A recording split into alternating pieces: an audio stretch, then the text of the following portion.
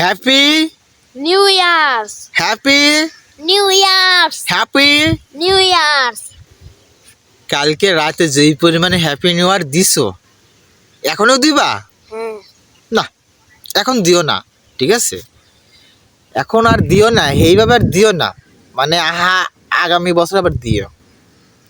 মানে কালকে যেই পরিমাণ হ্যাপি নিউ ইয়ার দেওয়া হয়েছে, রাতে আতশবাজি ফাটাইয়াছে, কেউ ডিজে পার্টি, কেউ মিউজিক পার্টি, কেউ খাওয়া পার্টি, কেউ নাল পানি, কেউ নীল পানি, কেউ হলুদ পানি, কেউ গাছের তরুলতা, শাক সবজি, বিভিন্ন প্রকারের শাক সবজি সেবন করিয়া তারা 31st নাইস ডে উদযাপিত করেছে।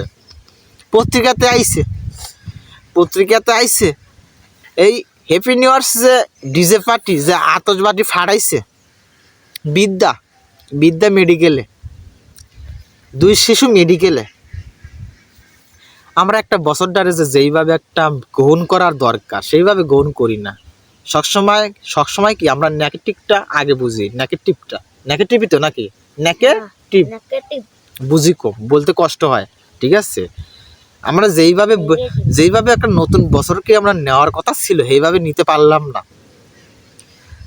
অন্তর্বর্তী সরকার তো আমাদের দাদু ডক্টর ইউনূস দাদু সাহেব উনি তো বলেই দিয়েছিলেন, কি বলে দিয়েছিলেন যে আতশবাজি ফোটানো, কোনো ডিজে পার্টি, কোনো মিউজিক পার্টি এগুলো বন্ধ নিষিদ্ধ করেছিল।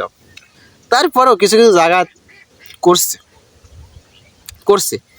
আবার আমরা গ্রামে কি করছি, আমরা কি করছি, আমরা কিন্তু সেইভাবে পালন করি নাই। আমরা কিভাবে পালন করছি জানেন? ঠিক ফজরের আজানের সময় উঠে শীতের ভিতর কনকনে নামাজ কালাম পড়ে আল্লাহর কাছে প্রার্থনা করছি, আল্লাহর নতুন একটা বছর আসলো, প্রথম দিন শুরু করলাম, 24,000 পাই নাই, 25,000 দিয়ে দিও, মন থেকে দিয়ে দিও নাকি, এটাতে প্রার্থনা করছি আমরা। আর তোমরা কি করলা? তোমরা আতশবাজি ফাটাইলা, তোমরা ডিজে পার্টি করলাম, তোমাদের শব্দের কারণে বিদ্যা মেডিকেলে ইল্লাল্লাহ করতেছে, কখন মাসে যাওয়ার পথে সে চলে যাবে। 2 শিশু দেখলাম মেডিকেলে। এই যে এইটা তো হইল না, এটা তো সাংস্কৃতিক হইল না, এটা একটা নির্যাতনের ভিতর পড়লো, একটা মানুষকে তোরচারের ভিতর পড়লো। আসলে বাঙালি জাতি সবই বোঝে, যে বোঝে না বিষয়টা এমন না, নাকি সোনামণি? আমার কথা কি ভুল আছে সোনামণি? না, কথা ভুল না, আমার সোনামণি বলছে যেইভাবে গ্রহণ করার দরকার এইভাবে গ্রহণ করে না। একটু আনন্দের জন্য বিজাতিদের সাংস্কৃতিক সংস্কার বিশ্বাসী, এটা তো আমাদের কালচার হতে পারে না, এটা বাঙালি জাতির কালচার হতে পারে না। আমার আনন্দের কারণে, আমার একটু বিনোদনের জন্য যদি আশেপাশের লোক প্রতিবেশী যদি ঘুমাইতে না পারে, একটা অসুস্থ মানুষ যদি ঘুমাইতে না পারে, এটা তো আনন্দ না, এটা তো আমার জন্য বিষয় কষ্টদায়ক, ভয়ঙ্কর একটা রূপে আযাবের অপেক্ষা করা ছাড়া কি হতে পারে?